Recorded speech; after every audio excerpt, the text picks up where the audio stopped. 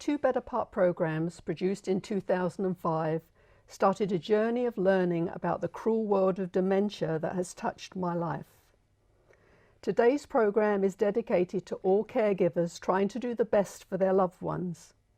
This story spans the miles between California and the United Kingdom and covers the determination of a man to help future caregivers in his local area. I'm Val Jeffrey for The Better Part. Please stay tuned.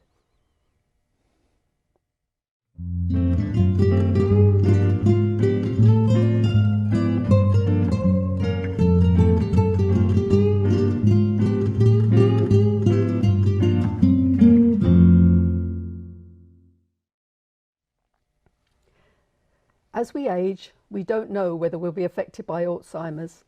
It's a scary word and a cruel disease which affects not just the patient, but the caregiver just as much. Pat and Mike Sullivan were married for 60 years. Pat, my good friend, died in 2015 at the age of 82. Mike cared for Pat at home. His wish is to give caregivers in his community and any community anywhere the tools to help them cope. My guest, Michael Sullivan, is a longtime friend, so this program is very close to my heart. Mike, thank you for doing this program with me. It's a pleasure to be here. Tell us about Pat. Well, Pat and I married when I was in the Royal Air Force. She was 21, I was a couple of months short of that. She was very good looking, great sense of fun, had a brilliant smile, and she was a very calm person. It was very easy to start married life in the Air Force, even if we were separated at times. She had a good sense of humour. She loved people, liked to meet new people. She was calm, generous, very honest, and very loyal to her friends. As a result, we have lots of long-term friendships all over the world. Loved to dance. She had a great sense of rhythm. She didn't take it seriously. It was fun as far as she was concerned. And the dances she liked was Latin American and ballroom dancing. She liked to read. She was an avid reader of books. She liked to write short stories, mainly for her own benefit, normally with a humorous bent. She had a serious side, though, to her love of English. She liked to have exactly the right grammar in use. Her use of grammar was meticulous. And she liked to search out the many meanings of some words and the derivation of those words. Probably as a result of that, a keen interest of hers were very difficult cryptic crosswords. And she couldn't wait each weekend for the Financial Times to arrive so that she could do it as fast as possible. In short, Pat was a very interesting, very lovely lady. When was Pat first diagnosed with Alzheimer's? Not until 2012. Her situation had deteriorated quite suddenly at the end of 2011, and so we started going to the doctor who had previously treated her for very serious problems with anxiety and even depression at times. We couldn't understand it, and finally he decided to do blood tests, to send her for scans, and to take a cognitive test, and diagnosis was dementia, initially vascular dementia. What year, retrospectively, did you establish Pat first shows signs of dementia? Retrospectively, I started to think about when she might have had dementia at the beginning and what we could have done about it. What started me thinking about it was that there was a lot of publicity at the time she died of new medication that might delay the onset or the level of deterioration as a result of that disease. One of the points that was made was that the earlier you caught it, the better the chances of that happening. So I started to research some diaries that I'd been keeping to see if there had been any possible indications. And what year did you see? This was one of the diaries that I kept. Mm-hmm. And I decided that possibly the signs were there in 2005. 2005, and it was diagnosed in 2012. Yeah, but it was only possible. Right. To start with, how did you explain Pat's behaviour to yourself? Well, we were both becoming a lot older. We were in our 70s. We couldn't pursue activities that we'd once pursued. I had retired several years earlier, and I'd taken up alternative interests to replace what had been a quite intense job.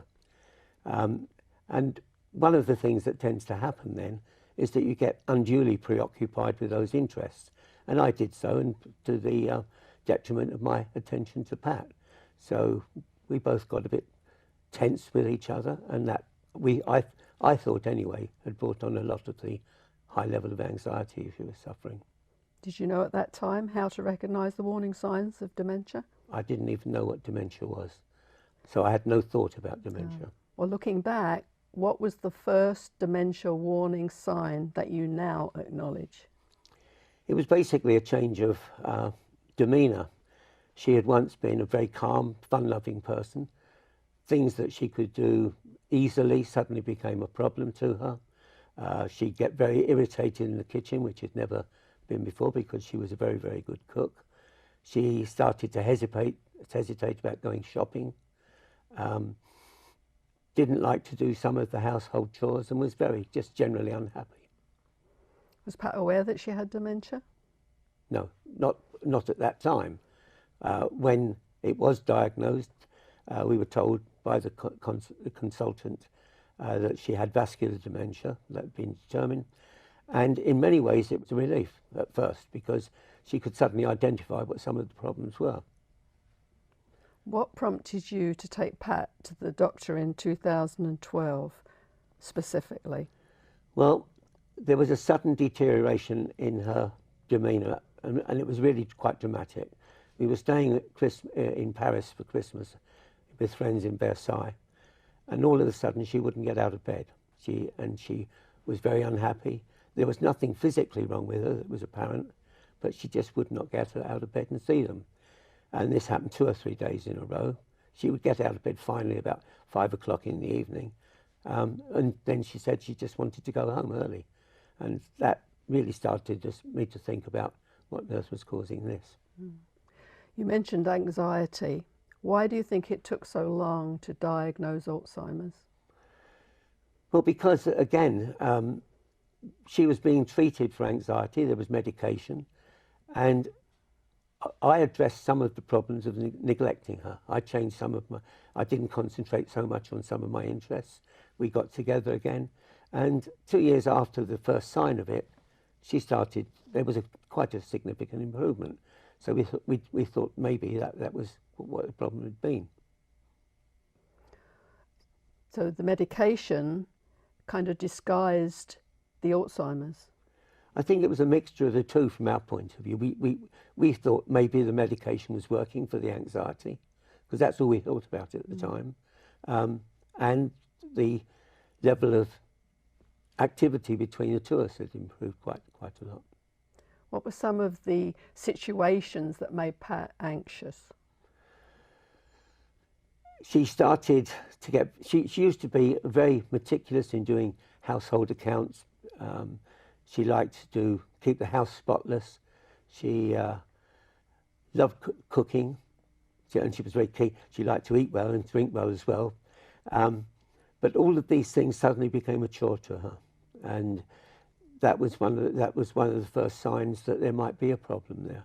She became bored with where she was. She became somewhat bored with her life, wanted change, but didn't know what change she wanted. So you're mentioning your daily diaries. Did you fill them in specifically to track Pat, or had you been doing it for a while? Well, I'd been involved in contract negotiations with unions, some of which lasted 18 months or more. And so back in the late 70s, I started to keep a diary, because one never knew who would say what to when and how that was interpreted. So I started to keep notes, and then just kept it going from there. And I've done it every day. Most of it is mundane, but every so often there's something of interest and ultimately something of value. But it served a good purpose. You were able to refer back after the fact to look into that time between 2005 and 2012, and we wouldn't know now if you hadn't kept those diaries. You have one right there. Which is the one that you have? This is Because you have many. 2012. This is 2012. And what does it say in 2012? It indicates first of all, the deterioration that developed. It indicates the examinations that Pat took, which were blood tests, scans, cognitive tests, and finally it indicates when the determination was made that she had vascular dementia, and ultimately it became mixed dementia with Alzheimer's. Mm. When did the decline first become noticeable? The ultimate decline, I presume you mean. That would be in 2011, Christmas 2011. Right. And why did you notice it then? What was happening that you noticed it? There was the staying in bed, the wanting to go home early from Christmas. She then developed a urine deterioration. There was a problem of infection with urine, and that can have quite a dramatic effect with anybody that has dementia, as I ultimately found out. We didn't know what was causing this, and it took another 2 years to find out what that possible cause was. Mm. But it was all a much more volatile relationship. In 2005, the Better Part did 2 programs on Alzheimer's. Is it Alzheimer's and Diagnosis Alzheimer's? You had the opportunity to look at those, right? Did any of those signs jump out at you that time? No. When we looked at it first, to me it was just an academic exercise. It was something we were interested in, what you were doing in the Better Part. It never occurred to us even to think about dementia, because when we first saw it, it was a period when Pat had suddenly started to improve quite a lot. Mm. So there was no thought of dementia at that stage. So you were supporting me by watching the programs? In a sense, yes. And I thought you were looking at them because you would see something for Pat. Mm. It's ironic, really, isn't it? It is, it's very ironic. And then later, the next program that we did, which was Alzheimer's Talk to Me, I actually did that for Pat so that I could learn how to speak to her. And you had the chance to watch that as well? Yeah, that's become particularly useful now, because after this first leaflet, we want to do a leaflet to explain how carers should react. We want to do it from the point of view of the impact on the patient themselves. And there is much in the psychologist's program that you did that we can use. I mean, things have moved on from then, but there's a lot that's still extremely valid. I'm glad it's going to be of use. I'm very happy it's going to be of use. On a good note, a good time was had in October 2012 after she was diagnosed, and it was Pat's 80th birthday. So tell us about the event and how did she cope with it? Well, Pat could always raise herself for special events, no matter how she was feeling. And what we did was we took over a small hotel in Boulogne, or near Boulogne in northern France, and we invited about 30 guests from Australia, from France, from England, relatives as well, of course, and from the United States. We had 3 nights at the hotel. We had some superb dinners there, lots of wine flowing, lots of singing, and Pat just enjoyed it. We had dancing. It was a very great period, and it's something that lives in my memory.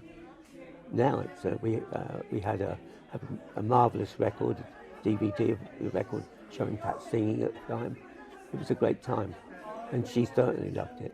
When she first saw the DVD, she was crying, and it was a great experience. It also provided the lead up to a second celebration. What about the travel getting there? Because it's quite a distance. Well, as you may remember, we weren't too sure. At first we thought it would be quite easy to catch a ferry from Dover to Boulogne. That was cancelled, and we then had to go to Calais. And some of our guests, as I recollect, had to walk all the way from the station because there were no taxis available. Oh, I think I know those people. Yes. How did she react on the journey? Did she handle it well?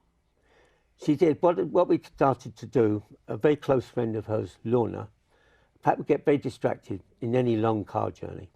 And so Lorna used to come with us, and she would come on holiday with us if there was going to be a long train journey involved. She could distract Pat, keep us talking. And Lorna was a great friend. I mean, she'd been a friend for many years, and she was most really helpful when Pat had dementia. The decline became more apparent in 2013. For example, she started to need help dressing. Yeah. It was, she needed help dressing, she needed help in the bathroom, she needed help to get out of bed. And that's an area that I would like to see addressed in any future training that's given to people. Because I was on my own for a lot of the time, and I never really, I could get her out of bed and get her walking, but there was always the worry that I hadn't been really taught how to do it properly. So in retrospect, she was probably quite uncomfortable when I did some of these things. And you were frightened of hurting her. Exactly. Doing And there's it. always the fear of a fall, of course. Yeah, yeah. Did she repeat herself at that time? Yes, that was another problem. Pat loved talking to people, but she lost conversation. Obviously, it was a memory problem. And she would read, she kept a diary of proposed events, so she knew what was coming up. In the end, when she couldn't follow the conversation, she would just start reading from that, which was quite distracting for people she was talking to. She also repeated it, and I think this is an area that needs attention, because I put that down just for memory loss. In fact, it was probably frustration as well. She didn't know if I'd understood. And so there's another areas we want to cover in the next pamphlet. And this was about the time that she stopped doing crosswords, was it? Yes, it was. I think she easily became distressed if she couldn't think of something. So whereas before she would just keep thinking until the answer came, it distressed her when she couldn't do it. So gradually she stopped doing those crosswords. Music helped. Music was a terrific thing. When she was first diagnosed, one of the dementia nurses suggested that we go to Singing for Pleasure. It was a local event run at the local church and by the local Alzheimer's Society. And the lead person there was Julia, who was a professional jazz singer. Pat loved jazz, she liked to sing. So when she first started, she and Julia would jam it up and thoroughly enjoy themselves. But they also played old songs that required action, so that it made the people's brains work. When we started in 2012, there were maybe 13 or 14 attendees. By this year, there were about 50 or 60, so it's been very successful. I would like to see it, if possible, introduced to hospitals, because I think it would be very effective. That's a wonderful idea. Is that something you will recommend? Yes, part of the project that I've become involved in is I've become a patient's representative on one of the boards of my local hospital. And so I've suggested that some of the changes that should be made, they're very, not all of them are accepted. I've got them to change the way they try to feed people in hospital, because often if somebody's got dementia and they're not sure what's happening, just say no. And the nurses will often then take the food away, and they can lose weight. Now they've changed the type of way they're feeding them so that there's an all-day food available. Yeah, that's wonderful. And they're listening to the input, which is important too. Yeah. Well, Pat had a special friend, Lorna. How did Lorna help Pat? What kind of things did she do for her? Oh, in so many ways. We've known Lorna since the late 60s. She was an ex-airline flight attendant, so she was very good at dealing with people. She and Pat became very close friends. So apart from helping her on long car journeys, she would go shopping for her. She would buy clothes with her. She would take her to the hairdresser, have her nails done, etc. And she made life a lot more interesting for Pat. Yeah, and also when you realised you needed help with daily chores, Sarah came into your life. Sarah saved my life, I think. I wasn't very good at daily chores when I started. So she started to come 3 days a week. And she not only helped me in those chores, but she too became a friend of Pat. So Pat had company more frequently. Did you find a support group for yourself, and did it help? At first I couldn't understand what all the fuss was about for the carer, because in 2012, when she was first diagnosed, it didn't seem too much of a problem. But as it developed, I soon did realise I needed help. I had help from local neighbours. In the end, I got a professional group to come in. In those days when nobody else was scheduled, they would come in for 2 hours a day. And so every day there was either company for Pat or help for me. The last special time with Pat was April 2015. Your diamond wedding anniversary, 60 years is a long time. It is a long time, and I was very worried about Pat's state at the time.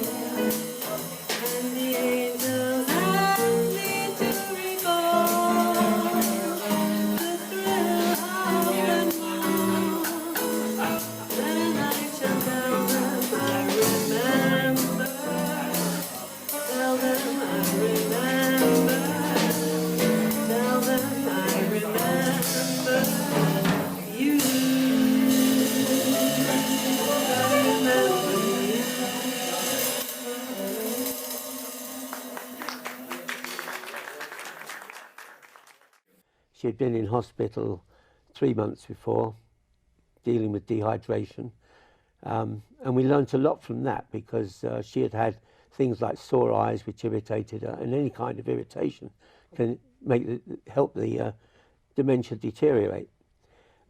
We learned that might have been associated with the sore eyes, might have been associated with the dehydration. The urine infections that she had become fairly constant were certainly involved with the dehydration. And that kind of resolved it, having been into hospital. We then had what was provided by social services, is what they call short-term care. And so they sent 2 people along 4 times a day just to help with that for 6 weeks. And it enabled me to work out what sort of help I would need subsequently. It was a very valuable service. The people were marvellous. I learned a lot from them. And I think it's something one can only commend the service that's provided to people in that sense. When Pat passed away 3 months later, what were the thoughts that went through your mind? Obviously, when you've had 60 years of a very close relationship, very loving relationship, grief is the first thing that hits you, and it's very difficult to overcome that. With grief comes the tendency to have recriminations, to think, could I have done things better? And in some ways, I think I could have done things much better. I just didn't know enough at the time. Because when this happens, you become occupied with the functions that are going on. You don't have time to really study what's really happening. I think, and again, in the new pamphlet, we want to deal with the frustration, the anxiety, the sadness that people that are affected by it might feel. And I think if I'd known more, thought more about it, I would have been more sympathetic in some situations. At what point did you become determined to highlight the problems in the system and try to assist other caregivers? Well, as I researched the diary to find out when Pat might first have been diagnosed, had we known more, it also, going through the diary, showed some of the shortcomings in the treatment both I'd given her and the helpers had given her. So I started to, when Pat had died, I was very impressed at the funeral service by the local priest. So I just joined the church and started to work with her on the pamphlet, and we both agreed it would be good to go out to the local people to teach them more. But the problem was you get so many publicity leaflets through the letterbox. We were concerned we just did a narrative. It would be simply thrown away. So we decided to do a pictorial presentation, as you can see on your leaflet, which would show a typical conversation that people might have in the lead up to this. Right. And there is a tendency also for people to think if I ignore it, it'll go away. And that we had to address. And so the idea was to get them persuaded that they would go to the doctor to get checked out, and either they would find what the problem was, or they might receive reassurance that there wasn't a known problem. Right. And that's the basic idea of this leaflet. Right. So the people that helped you with it was a local church? Local church, local residents association. I took the idea to several surgeries. The surgeries are now holding this. It's gone to churches for distribution. We've dropped about 1,000 or more through letterboxes, and I've got about another 1,000 deliver when I get home. Yeah, all that folding when you get home. Yes. Initial recognition period was tough. Did you feel guilt about that time period? Yes, I did. As I say, I think if I'd known more, I'd have expected the physical deterioration that ultimately developed. I mean, I hadn't appreciated, although there is information available if you look far enough, that says that they might well have difficulty swallowing, and that is a real problem. It took me a long time to come to terms with that. I thought it was just anxiety about swallowing at first, I think that you just simply don't know how to handle that even now. Even with what I know, I wouldn't know how quite to get them to drink properly. What information or advice would you like to give to caregivers in a nutshell? Don't ignore any symptoms you see. Get the thing checked out as quickly as possible, and try to understand, if it's found that there is a problem, try to understand exactly how the patient feels. Yeah. Mike, you've done a wonderful job. You always had a positive attitude and kept Pat going. You loved her with all your heart, and the pamphlets that you're doing and what you're doing with the hospital and everything are going to touch people's lives. So I just want to thank you on behalf of the Better Part for sharing your story. Well, thank you for having me, and I must say, instead of just remaining local, we've gone global with this. We're going global. Yeah. Yeah, thank you very much, Val.